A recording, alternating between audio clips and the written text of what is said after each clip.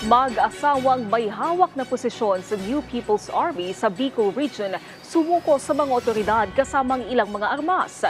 Iba pang miyembro ng grupo inaasahang tatalikod na rin sa ilang taon ng pakikibaka laban sa gobyerno. Si Connie Kalipay ng Philippine News Agency sa sentro ng balita. Nagbalik loob ang mag-asawang rebelde na kinilalang sina Potts at ang kanyang asawa na gumagamit ng mga alias na Luis, Harali at Sab.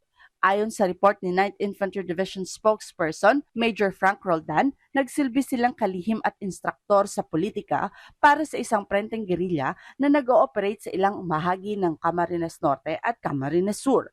Sumuko ang mag-asawa sa 42nd Infantry Battalion noong Martes at isinuko ang isang 30 caliber rifle at isang 60 caliber machine gun na may mga bala. Sinabi ni Roldan na sinabi ng mag-asawa sa mga opisyal ng hukbo na tinalikuran na nila ang armadong pakikibaka para itaguyod ang isang mapayapang buhay para sa kanilang pamilya.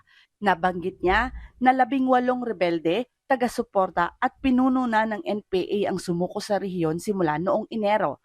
Sinabi ni Major General Aldwin Almase, commander ng 9th Infantry Division sa isang pahayag na ang pagsuko ay inaasahang maghihikayat ng karagdagang mga pagtalikod lalo na mula sa mga nasa ilalim ng dating pamumuno ng mag-asawa. Nasaksihan natin ang patuloy na pagkagapi ng ating mga kalaban dito sa rehiyon ng Kabikulan. Hindi naman lingid sa kaalaman ng lahat na patuloy ang pagbabalik loob ng napakaraming mga armadong grupo dito sa rehiyon ng Kabikulan. At yun ay mga mataas ang katungkulan hanggang sa kanilang mga miyembro na armado at mga taga-suporta.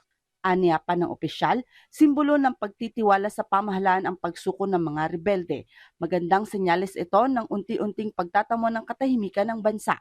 At ito ay indikasyon lamang ng patuloy na tagumpay ng ating pamahalaan at ng ating pamayanan laban sa terorismo dito sa rehiyon. Mula rito sa Albay para sa Integrated State Media, Connie Kalipay ng Philippine News Agency.